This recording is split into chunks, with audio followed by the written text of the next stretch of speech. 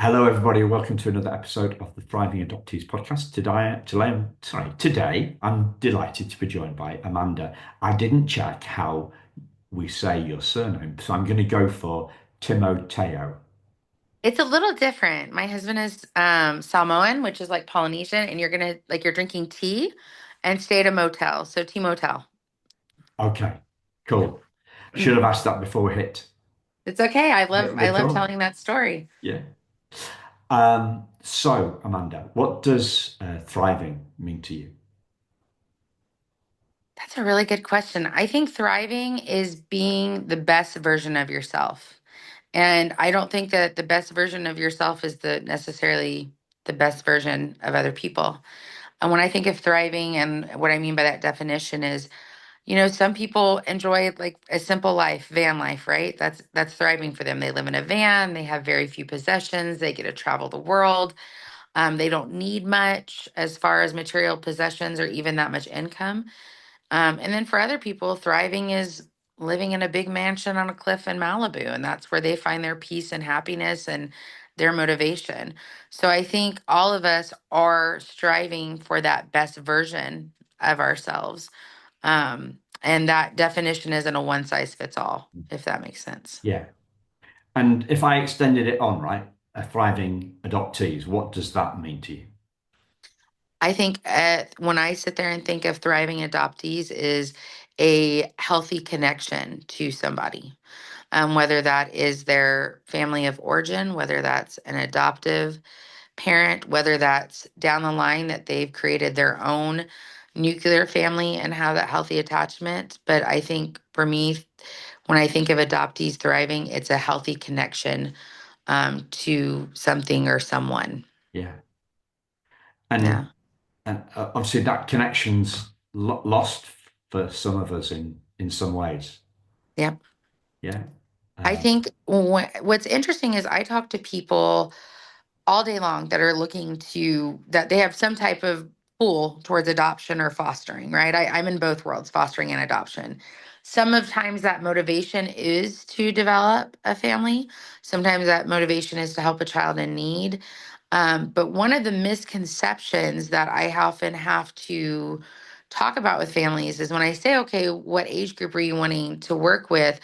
A lot of them think that the younger they get a child, the less likely they are to deal with that disconnect or that trauma. And I often have to expel that at some point that child is going to have to address or deal or talk with the fact that there was this disruption in the attachment cycle. Attachment we've learned from research and training that it happens in utero. And so when that attachment is severed, no matter at what age it is, there's going to be repercussions or at least something that has to be addressed and dealt with in that child. I often talk to them about with my foster families is people that have been adopted often, even though they have all these people that want them, in their mind there was someone that didn't, and they have to address that. Like, why wasn't I good enough? Why didn't that family member want me? And even it could have been a young mother that just knew she wasn't equipped and wanted to provide a better life for her child. At some point, that still has to be addressed. That detachment, so to yeah. speak. Yeah. And if you kind of put your personal hat on rather than your professional hat, Yeah. how would you see this?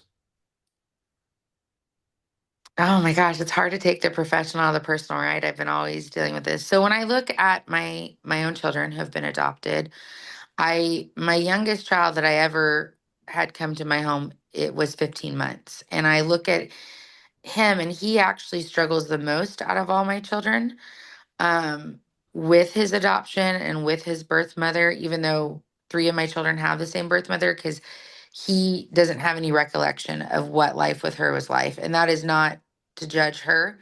That's not to say that anything about her. She was given a hard hand in life and did the best that she could in those moments, right? With the hand that she was dealt. But he often has more questions than my other two that have a lot of memory of being in that space with her. So when I look at it from a personal standpoint, I feel that no matter what, at one point, they're going to have to come to terms with whatever they're struggling in life. We often, with our children and with myself, focus on that. Um, you're the only person that can fill that void in your life, that no one else is responsible for filling that void or making you a healthy person. And so, from a personal standpoint, I don't look at others to fulfill who I am. And I try to teach my children the same. But I also understand that trauma is real and we're going to have to deal with it. And we do the best that we can by getting them help to professionals. We are very faith based in our family. So, having that connection, I don't necessarily think that religion can solve all, but I do think that. Um, a deeper some type of some belief system has to ground us, right? Like what wherever that belief system is has to give us some type of grounding of who we are as a person. So I think I kind of went all over with Yeah. that, but hopefully we get the bigger meaning that personally we're all going to have to figure out what gives us purpose in life and what drives us, and fill that void. But we do have to address it. We cannot bury it. And I think that's the mistake that a lot of adoptive families and adoptees make is if we just don't talk about it, it's not going to exist. And that I think gets us in a lot of trouble. That Yeah. it's best to talk about it and bring it to let's talk about it. Let's get it out in the open. Yeah. Let's talk about the feelings that you're feeling. And um I look at my foster and adoptive families that are coming in, and I get that it's weird to have this person that you love in your life, and we're taught to be monogamous people, right? That's kind of what society generally teaches us. I know that there's different definition of relationships out there now in the world, but generally we pick a partner and we stay with that partner. So when you have these children in your life that you feel like their mom, but there's also this other mom out there, we can think that the best thing is to cut off that connection and sever it. And that's going to be the best thing for that child. And sometimes maybe there is a point that there has to be some severance. Maybe that individual is not healthy for that child, right? But it definitely that relationship has to definitely be discussed in a healthy manner.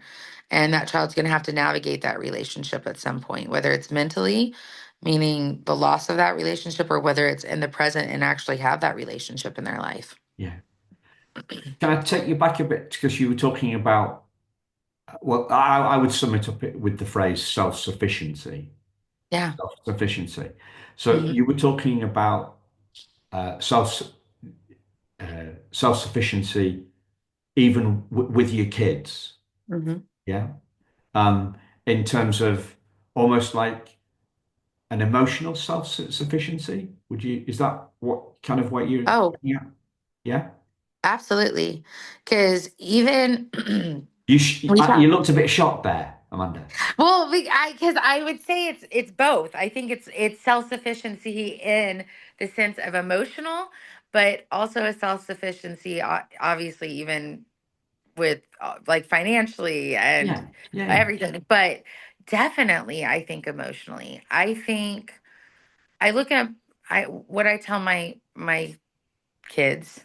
Um, I love my husband. I've been with my husband for 23 years, but my husband is She doesn't not. look old enough, listeners, by the way. That. I've been with him a No, long she time. doesn't. She doesn't. And we were not high school sweethearts, so No, that okay. makes me feel really good. Good. So I've been with him for That's not very 23. emotionally self-sufficient, right? I know, right? I haven't I in high he was not my high school sweetheart. We met in college. So Yeah. you know, but yeah, you're Okay. right. So but I always tell my kids, as much as I love him, he is not the person that defines who I am. So if for some reason my husband was to lose his mind and decide, Amanda, I don't want to be with you anymore, I'm leaving, I would not miss a beat. And I mean that. Like they kind of always look at me shot. I have my own education. I have my own career. I'd be sad for them for the loss of family unit, but I know what I bring to the table. And I know my husband's really lucky to have me, as I'm lucky to have him. But he does not define who I am as a person, nor my who like I who I my self-worth, if that makes Yeah. sense. He doesn't define my self-worth. And so I don't look to him for self-worth. I love him and I'm grateful that he's a loving and amazing husband, but I know what I bring to the table and I know who I am in the world. And Yeah. that is what I'm trying to teach my children, that no matter, even me, I will fail my children. As much as I don't want to, I will at some point not be good enough, especially in the teenage years. You hear that a lot as a parent, the teenage years of, you just don't measure up. You're never good enough. But I hope that my human frailties and my weaknesses that I bring into this relationship doesn't define who they are in the world either, and that they navigate to the places that they feel best. As a Yeah. mother, I do my best to educate of what I think is best for their path, but that doesn't mean that that's what's best for them, Yeah. right? And they are going to have to find that themselves. As much as I'm trying to create that independence, they are at one point going to have to do it themselves. I have a daughter right now who's out in the world. She's 19. She's navigating adulthood and she's not doing everything the way that I would do it. She's not at all taking some paths the way that I would take it. But the one thing that I admire about her is she's doing it on her own, right? She's doing it on her own terms. She's making her mistakes on her own. It's hard as a mom to sit back and watch that because I want to protect her from certain things, but she's figuring out where she stands in the world, and what, if you're going back to thriving, the word thriving, what makes her thrive. So I've been thinking about this. So we're watching a lot of Ray Donovan. Do you ever see that series, Ray No, Donovan? I haven't. I don't Okay. get to watch a lot of TV these or No, no. Well, anything. you've got too much time. You've got too much. Sorry, too much time on your hands. The other way around. You've got too much on your hands, right? You've got Yeah. the agency. You've got your kids, right? Yeah. You've got your husband, right? I've just got my missus and the podcast. So there. I don't We I don't say that, I promise, privately. You see some of those people that are like, I never watch TV. I want to watch TV. I'm a TV. I would love it. It has nothing to, I'm gonna get there one day. I'm gonna get back there. okay. So Ray Donovan, I was watching Ray Donovan the other night, and it doesn't really matter what the film, the series itself is about. Um, that's a whole rabbit hole. I first resisted Ray Donovan, and now I can't resist it. It's like what we're catching up on 7 seasons. Like we watch, Yeah. we don't watch any live, pretty much any live TV. So at one point, one of Ray's brothers is have has had a breakup with his girlfriend, and he is going all out to try and get the girlfriend back by um, telling her that she completes him, that he's nothing without her, and he's layering all this stuff on, right? And I'm Mhm. thinking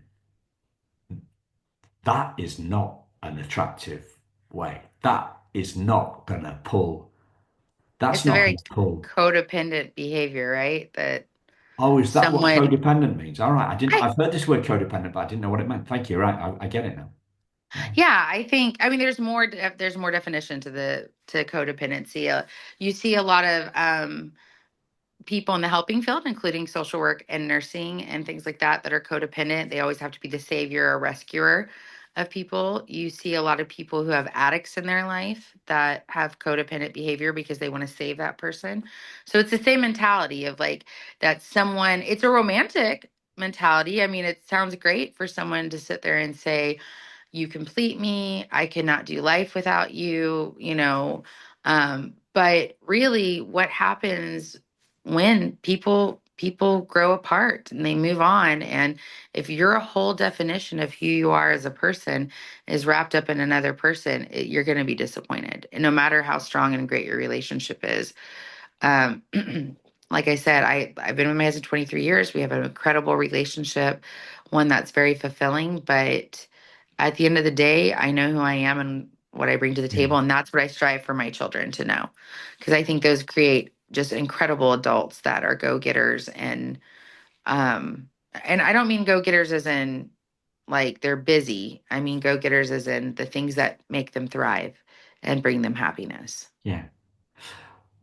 As I was watching Ray Donovan and this codependent behavior from Ray's brother, what actually tripped for me, what it the click that went off on with me was how I was with a girl that I really had on a pedestal, Oh, yeah. early 20s, that I was, yeah, obsessed with, and how, I mean, I never laid it on as thick as Ray Donovan's brother was doing, but my behavior was very needy. It was very needy, and that pushed her away.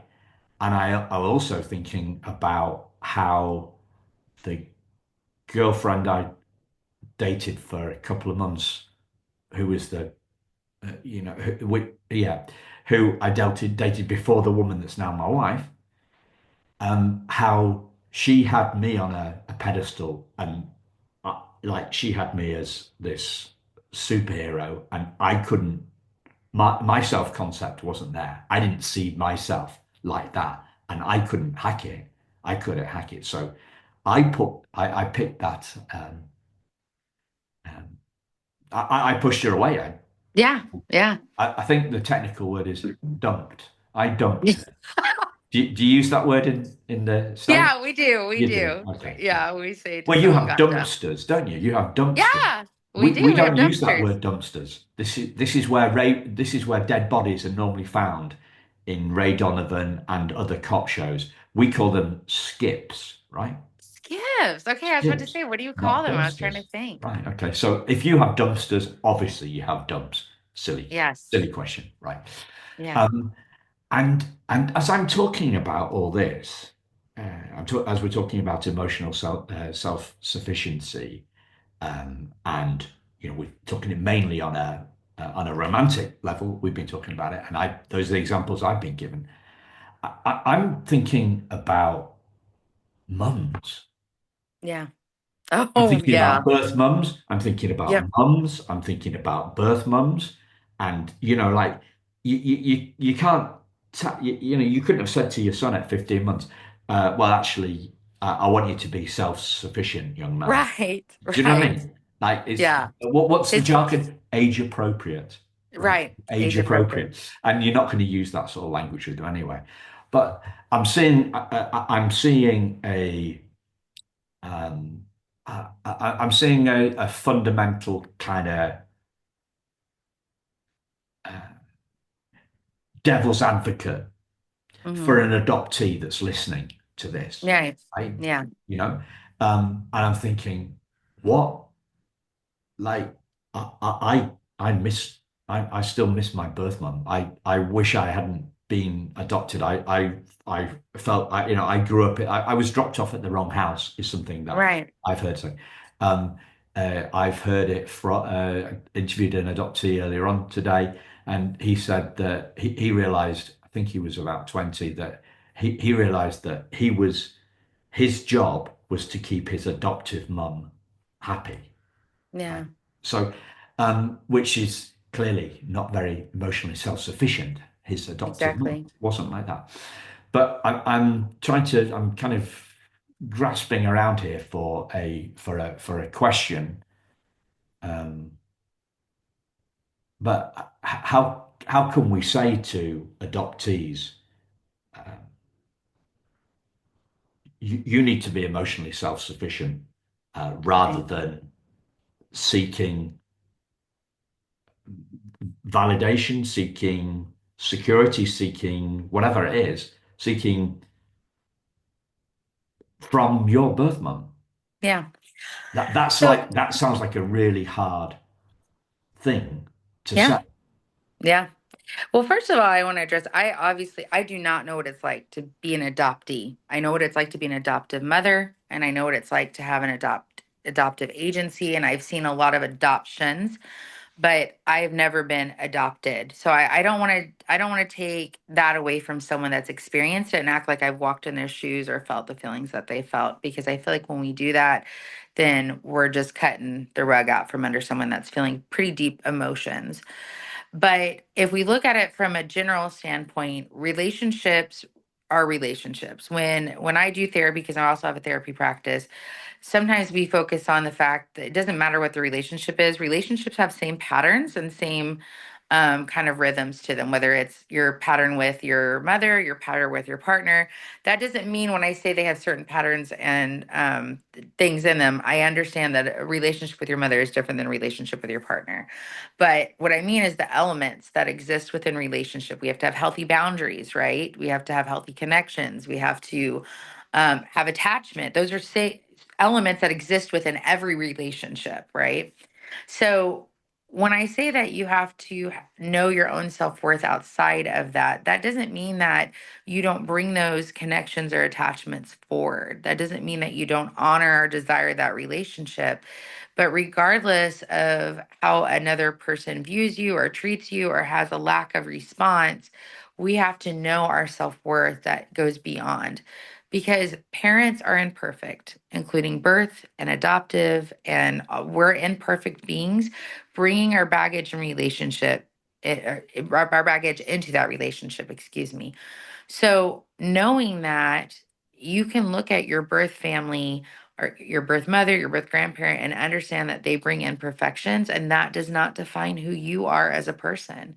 And unfortunately, I think I've seen, I can't know, but I've seen adoptees look for that running to your mom in a field moment and hugging and embracing and everything being explained of why they were given up for adoption and all of that making sense. And I think very few people get that. And so, if very few people are going to get that moment, then how do you move forward and navigate that your worth has nothing to do with that person's choices or that person's weaknesses? I think sometimes for some people, it's a lifelong pursuit. It comes naturally to others and it doesn't. I have four children, all of them have been adopted. I have one that her words, she just knows who she is. She was born that way. She came in the world knowing that way. She's been that way from day one. And I have another one that is lost and struggles despite my best efforts and to get her connected. And I don't know the answer for her. I think that she's going to have to find the answer on her own of what her self-worth comes from. So I understand for me to sit there and go, you guys just get over it, have self-worth, that's easier said than done, right? That there's been a detachment there. So, but I do think that if you want to navigate life in a healthy manner, it's when you find your self-worth and understand that no one can tell you what your worth is. Um, I did this example the other day. If I held up $100 and said, do you want this $100? Would you want it? If I said, it's yours free and clear, no strings attached, you can have it. Would Yeah. you want it? Yeah. Right? What if I went and put that $100 and I walked all over it and I stomped on it? Does it lose its worth? Is it no longer worth $100? Yeah, I've heard this. Yeah, you want it. Yeah, yeah. You still want it, no matter where the $100 has been. I mean, heck, some people would be so desperate for $100 that I could go put it in a pile of dog poop and they'll be like, I'll just clean it off. I want the $100. It's still worth $100. And so I think when we understand that no matter what we have done or we've been through, we are still worth something. We're worth more than $100, way more than $100. Then when we understand no matter what we've experienced in life or done or the choices that we've made, that we are still of great worth, and that's what we're trying to get people to, right? And it's hard, sometimes it's a lifelong pursuit. Well, yeah. Uh, we have to see it for ourselves. Exactly. And I think it goes back to the relationships that you talked about. We often talk about relationships. I see so many times that mothers, birth, adopted, lose themselves in their children, in the sense of they sit there and say And their children. biological. You mean all of them? Yeah, all Every of them. sort of mother. Okay. Biological, uh, I see mothers that they put everything they are into parenthood, right? Everything they are into motherhood. We've somehow glorified this, that we've somehow in society of you're a good mother if you lose yourself as a person and that you've sacrificed all. And I don't get that mentality because we raise our children to leave us. That's exactly what we raise our children to do, is to eventually, just like we compare it to birds, fly the nest and go. As much as I love my children, I think, oh, I don't want them to leave. If they're 45 still sitting in my house, I don't Yeah. want that. I want them, and I mean it in the sense of not because my doors aren't open. I want them to experience life. I want them to travel. I want them to fall in love. I want them to have families of their own. So I see mothers do the opposite of where once their kid leaves the nest, they look around and think either if they're married, I don't know this partner anymore. I don't love this partner anymore. Or they, if they're single, they look around and go, I don't know who I am. Who am I outside of motherhood? And they just don't know how to exist. And then again, healthy Yeah. boundaries do not move forward. They're in the lives of their, kids, and they can't even get married without them being involved. And again, who you are as a person has nothing to do with Yeah. the outside relationships. I had a big eye opener for me on that subject. So I spotted a mum who does define herself through motherhood. Hmm. And then the next thought that came to me was, well, this was like 20 years ago. I define myself by business. Yeah. Yeah. It's just a different, it's still an identity, Yeah. but it's a different thing. And maybe it's a gender and like a gender thing or a gender stereotype that's what but it's a society, maybe it's a societal cultural thing that's just picked up a difference. So um I want to go back to what you talked about with you were kind of on the subject of reunion. Yeah. You were saying that the kind of the reunion fairy tale isn't a common occurrence. I think Yeah. that's sure what you said. Yeah, Yeah. we don't get all the answers. You don't get all the answers that you want. You don't. Right. There's there's a uh, there may be a honeymoon period, but what have you seen around that space? What have you experienced? How do you see that? I think, in the beginning when a bio parent and an adoptee or, their bio kid, I mean, has that reunion, I do think it's all honeymoon period, right? It's exciting. It's exciting to see where you came from. I don't think there's anything wrong with that. I think society has especially become fascinated where we come from. That's why we have all these 23andMe and these DNA tests. We want to see our lineage and our heritage. We want to see that we're 1% Italian or, whatever. And so I think that's a natural human curiosity is to understand where we came from. Where do I get my eyes from? Why do I have this certain personality quirk? So I think in the beginning, what I've seen is that it's exciting, it's the new, and then it either bad habits, generational trauma resurfaces, and you see it fizzle out, obviously. It depends what was kind of preceded the reason for adoption. Sometimes we see a young mother that gave up her child for adoption and they have an open adoption and that relationship moves forward as kind of a second aunt, right? And those are healthy connections. I have a daughter, her college roommate got pregnant. She has given her child up for adoption. She's still very much connected to her daughter. She sees her daughter every week. She has a great relationship with the family that's adopted her. But the world that I work in is where parents have had their rights terminated and they didn't get a choice in the matter. And that can be very hard because there's a lot of dynamics to that. One, the family can feel like we didn't want this. We wanted you. We did nothing wrong. They blame government agencies. They blame, outside resources. So you have a child that's dealing with all those emotions, right? Like, why did you take me from my family? My family was innocent. You also have children that feel that they caused the separation a lot of times because either they said something that they shouldn't have at school, or if they would have just, not if they would have not told the investigator the truth, they'd still be with their family. So they deal with those guilty emotions that they caused the separation. That's the world that I kind of exist in. But Right. really, at the root of it, there's been generational unhealthy boundaries, generational trauma that's all resurfacing and coming to a boil, and that's why we're stepping in, right?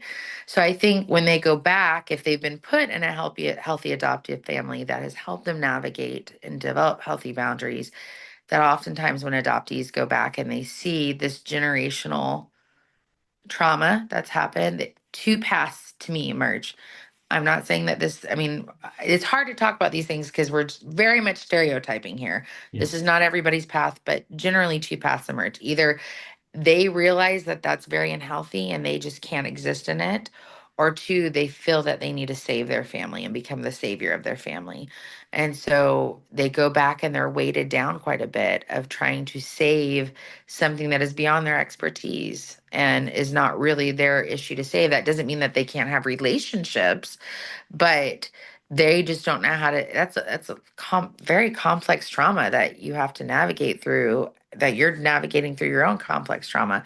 So either they cut off the relationship or they just get drowned in it and feel that in order to have a connection they have to exist within that trauma with them, which a lot of times means drugs.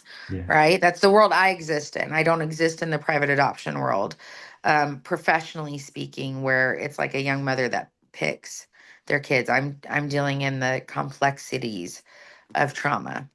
Yeah. It's a Wow. That's a lot. Sorry, that's a It lot coming is, at yeah. you. You blew my It's a lot to mind. unpack, right? You blew my mind on that one, Amanda. Um, I I'm just I'm seeing something about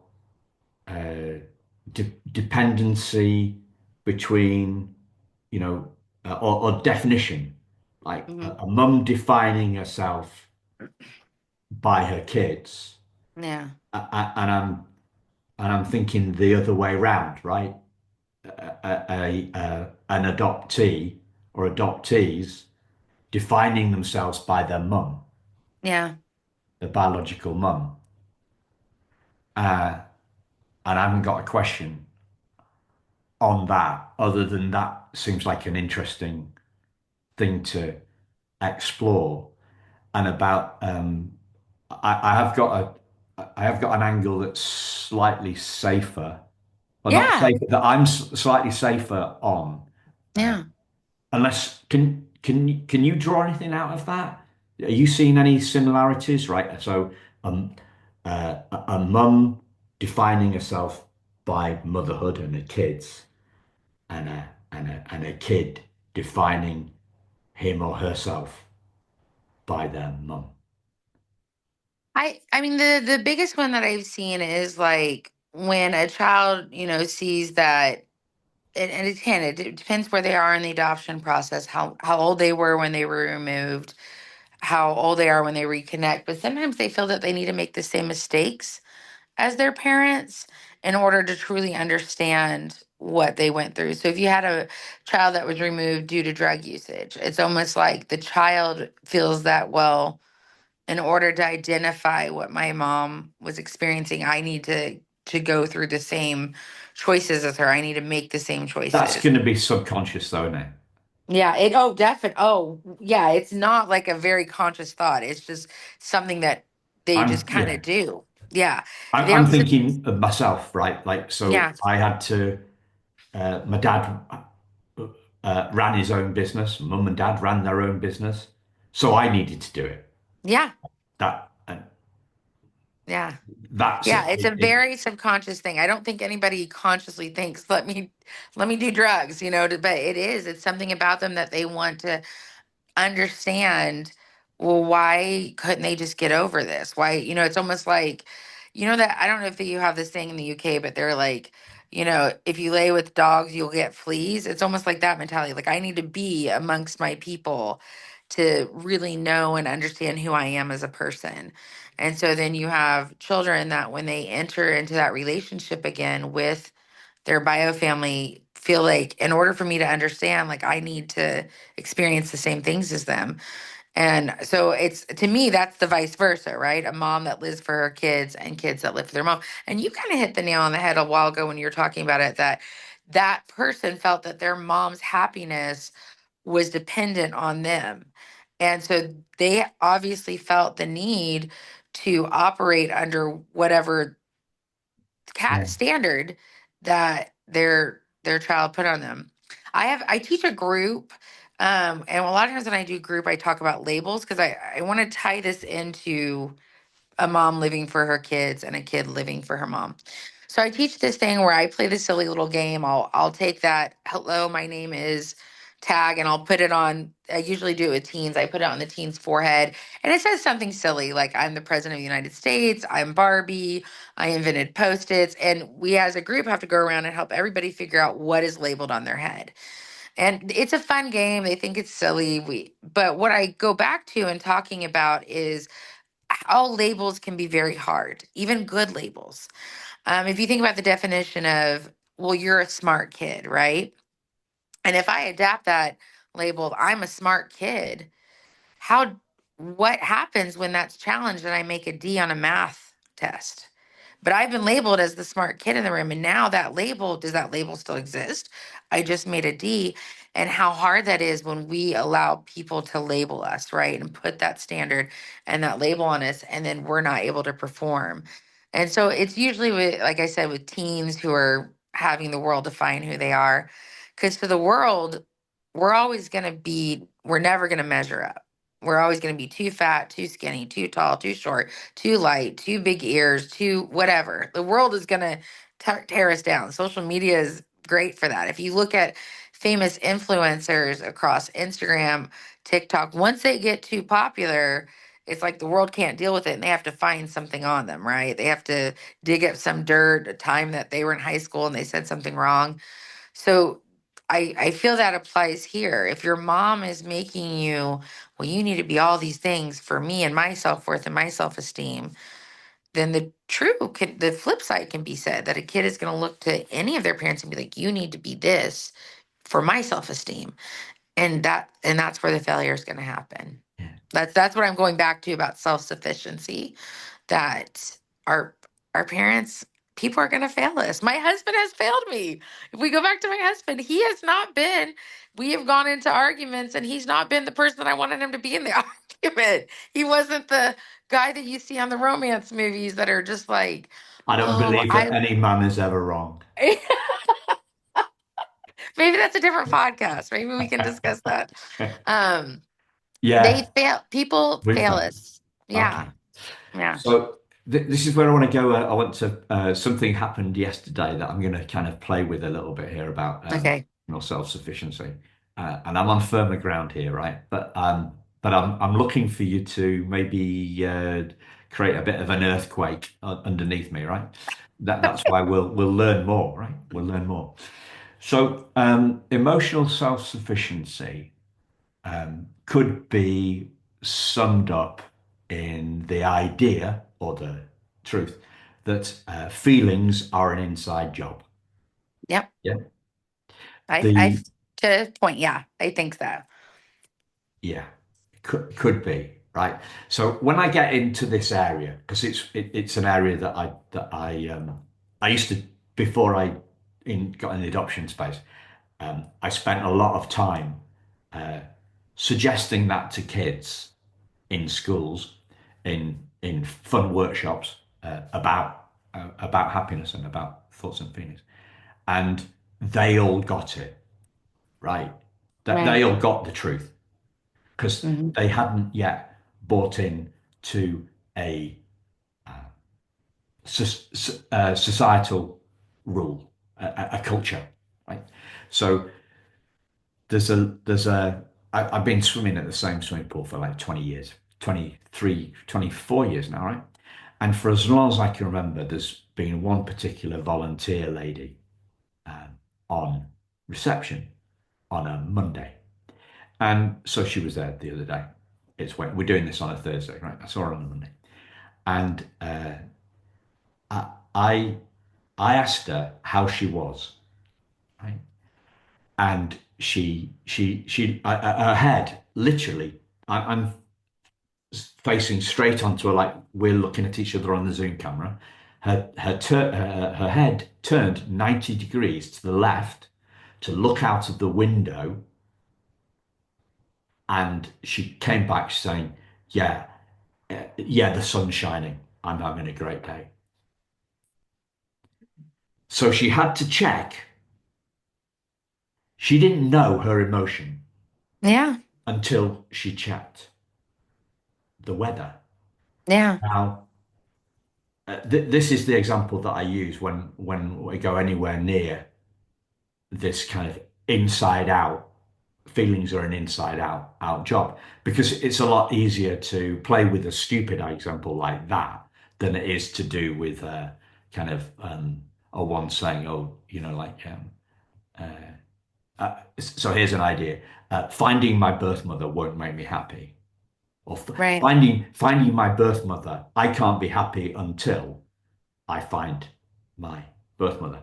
And that's not going to be a conscious choice either, is it? That's not going to be a conscious decision either. Such as I need to. So we talked about kids having to repeat their parents' mistakes, Yeah. feeling subconsciously doing that stuff. So what do you make of all that lot?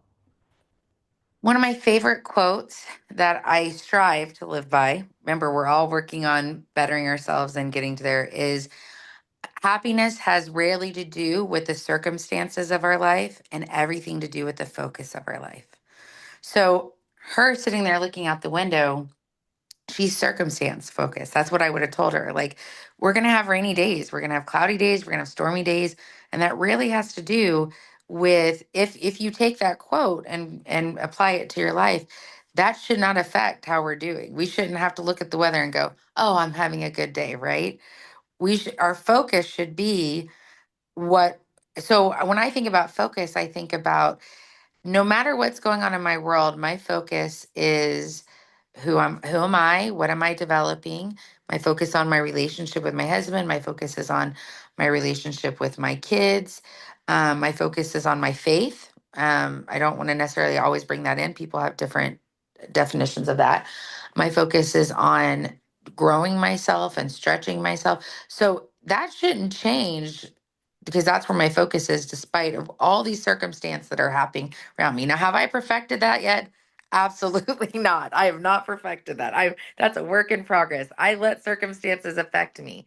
But that's why I love that quote so much is that happiness rarely has to do with the circumstances of our life and everything to do with on the focus. So if we apply that to children that have been or adoptees, people that have been adopted, you cannot change your circumstance, no matter how much we want to. You can't change what's happened to you, but what you can change is the focus of your life. And so I can't define that for you. Some people's focus is helping um, kids, it's coming back and being a foster parent, helping kids. Some people's focus is to help animals, some people's focus is to help the environment. And those are all great and incredible and worthy causes. And so I think like going back to that, bringing in the adoptees from it, you can't help why your mom gave you up, right? We don't know that. We haven't walked her shoes or her path or why your dad, I think we focus on moms a lot, but why dad wasn't be able to be present. All we know that in that moment they were doing the best with what they were given in life.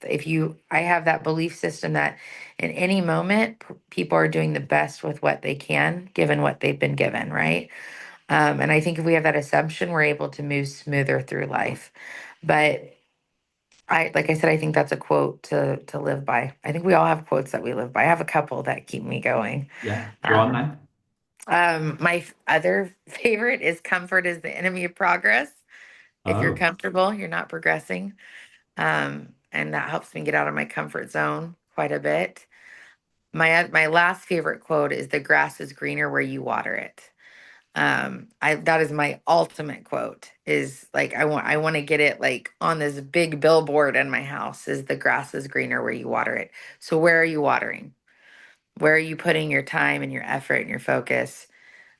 Because we often think the grass is greener on the other side. And maybe I don't, like I said, I don't ever want to speak for an adoptee because I've not been there, but maybe we think life would have just been better if I stayed with my birth family. I don't know, but I can tell you wherever we're putting our time, effort, our water, so as to speak, is where we're going to see um, things produce and things come of it. So if we're always focused on this relationship that for whatever reason had a disconnect, and that's where we're putting our sole focus, how are we progressing? How are we moving forward? Um, and that doesn't mean that we don't put weight there. We don't visit it. That's definitely a connection that was disconnected. That's hard. But yeah. Here's one for you. You've just mentioned you've just catalyzed one of my favorite sayings with what you just said, Dan. So here's one. I think you'll like this. Okay. The past is a place of reference, not a place of residence. I love that. See, I love that kind of stuff. I think quotes like that are in my hard moments. Those are my three quotes that I go to. So maybe I'll add that one because we all have hard moments where we question, even me talking about my self-worth, that we are it's shaken, right? Or does something to shake it. But it's our job to fortify it and strengthen it and protect it.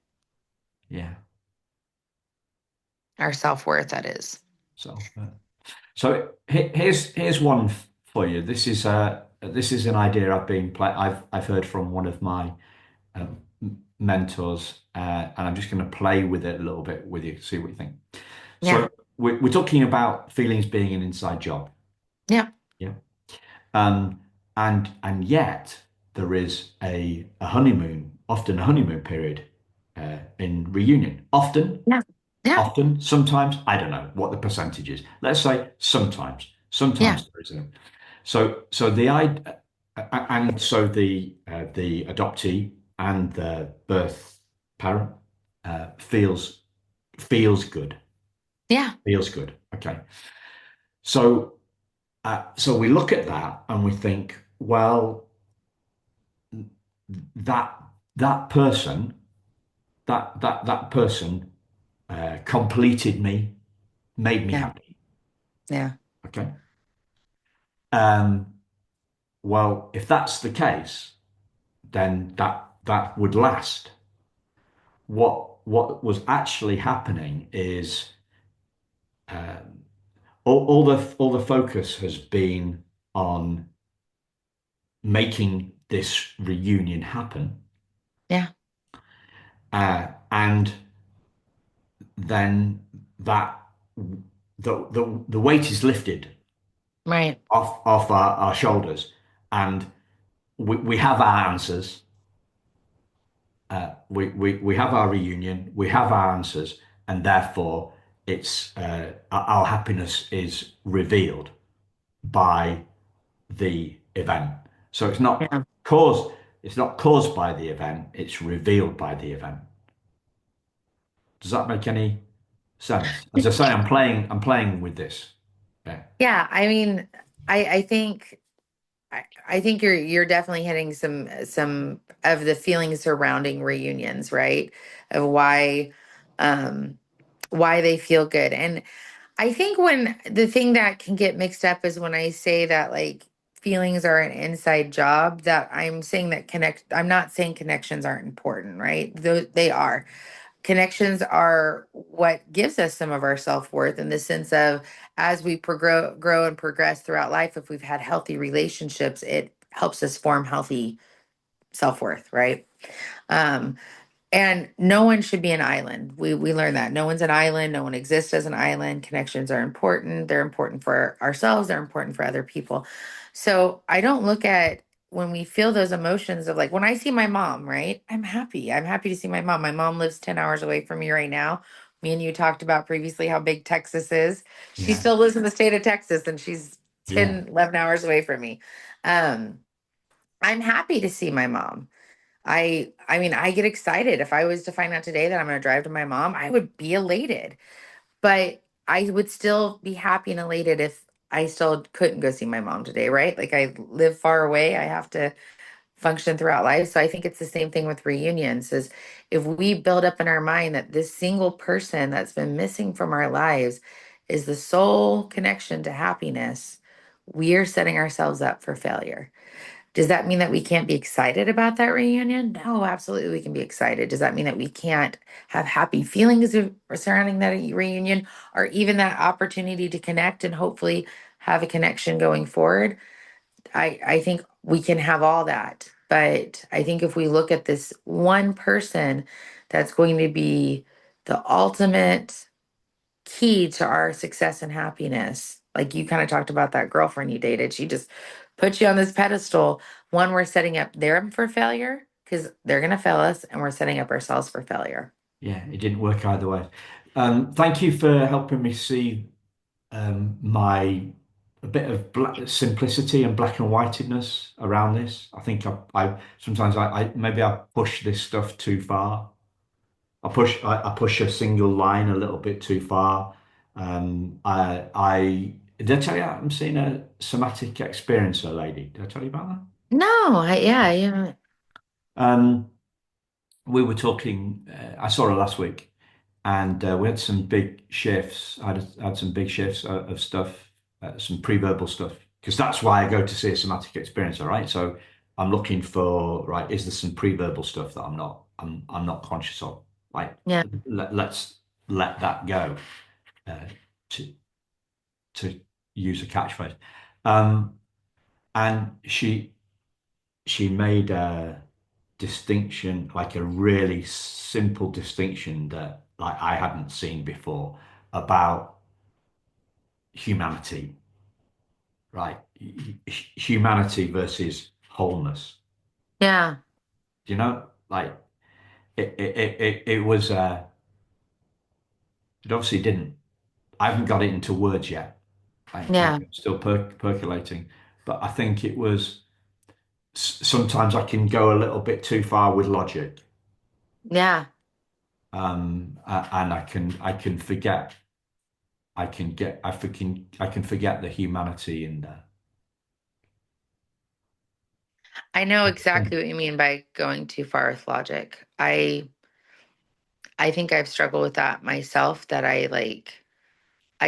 make it too deep, if that makes sense. Like I'm overthinking it.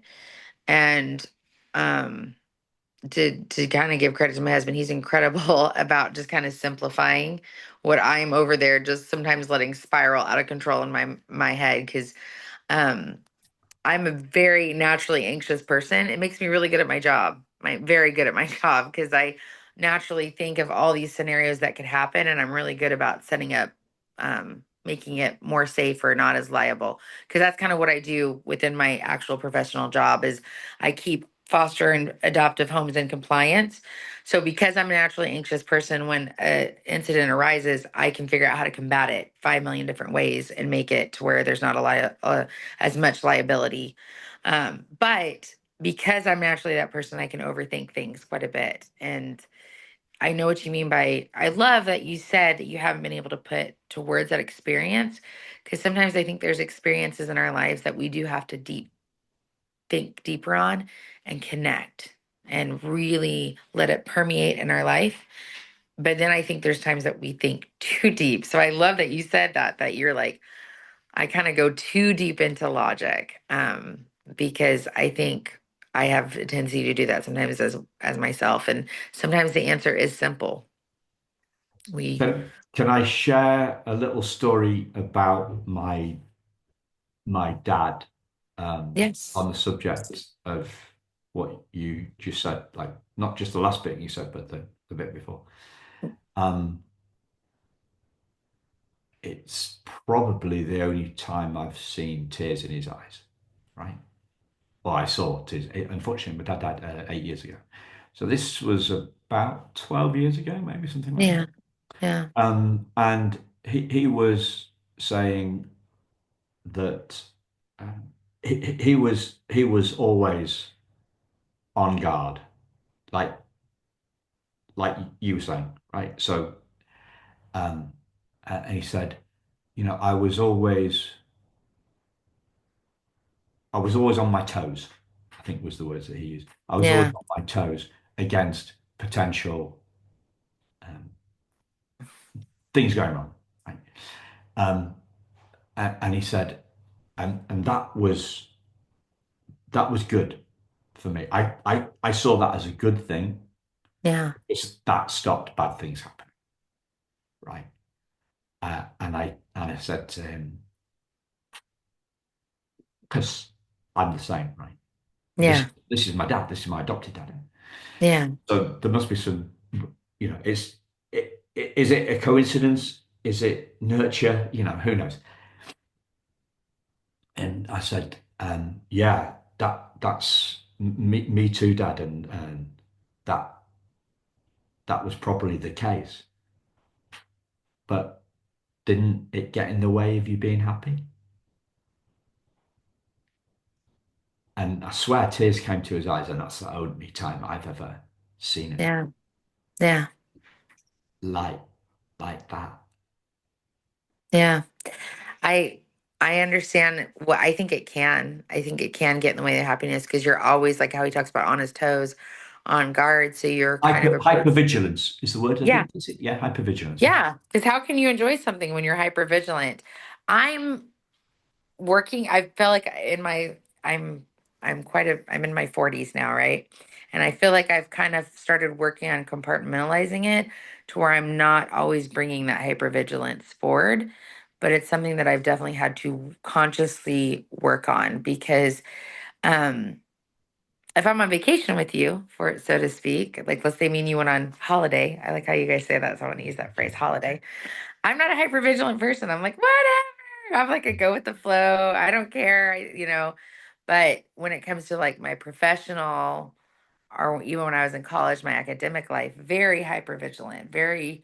perfectionist, very if my kids, like with my kids, I feel like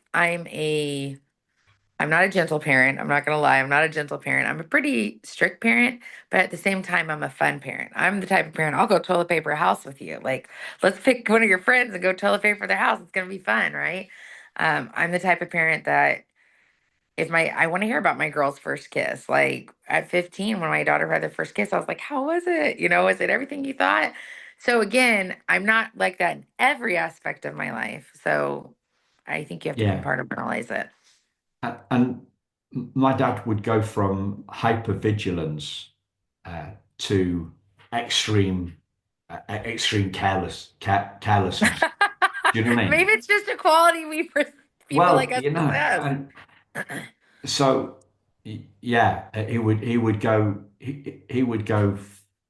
go from penny pinching to splurging, right? So he sold a business. Oh, Uh, yeah, he sold a business, and the the lawyer told him to spend a little bit of the money, get it out of his system, right? yeah, So he went and he went to a car showroom, and the guy said he couldn't have the car, basically. Um, and so my dad had to hide it, and he just, exploded it.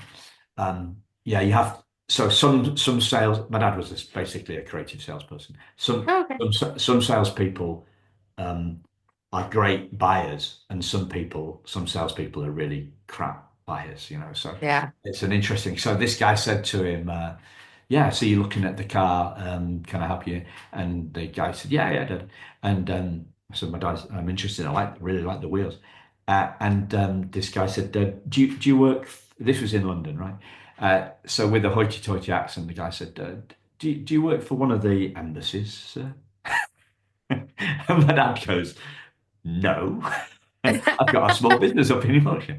And the guy said, actually, we got this car in, there's a few embassies around here in Mayfair, wherever Park Lane, and we got it in for those. So it was almost like he had to tell my dad that he couldn't have the car, which meant him, and what? we're back to this girl. See, this girl used to keep me keen, keep, what did they say? Keep them. Keep them keen, make them mean, treat them mean, what's it? Treat them mean, keep them Oh, keen. I've never heard of that. I love that. That's hilarious. That's a suggestion to women Okay, and men, but I think it's largely more about keep them on their suggestion toes a to little women. bit, right? Keep them Yeah, keep guessing. them on the toes. Yeah. Yeah. So, is there anything else that what you want to share? No, I mean, there's so much to talk about in the adoption world. I have been in the adoption world since 2009, and I still feel like I learn something new every time I train, every time I interact with any of our families. I think there's a lifelong learning in this field and category. And like I said, my goal is never to invalidate what has been the experience of an adoptee. So I hope me talking about being self-sufficient in emotions or those connections or things like that. I hope I have not taken away from anybody what they're feeling or what they've been through. I have not walked your path and journey on your side. And so I never want to feel like someone's experience isn't valid or what they bring to the table. I think when we stop looking at other people's perspectives and we only look at our own is when we're really doing a disservice to ourselves. So I loved our conversation. I think that there should be always more conversations around this. I enjoy talking with you. I'm sad Yeah. that our time is coming to an end, but I know Yeah. we got other things to do and hopefully we can talk in the future more. Yeah. I'm about half an hour late ringing my mum. So, Oh, you gotta go. You I gotta go. gotta go. Moms are Yeah. important. You're gonna get me in Yeah. trouble with your mom. I'm gonna blame you. No. Okay. Yes, blame me. Right. Give Thanks, Amanda. I'm not gonna. I wouldn't even attempt the surname again. no worries, Thanks anyway. Timoteo. And thanks, listeners. We'll speak to you again very soon. Take care. Bye. Thanks.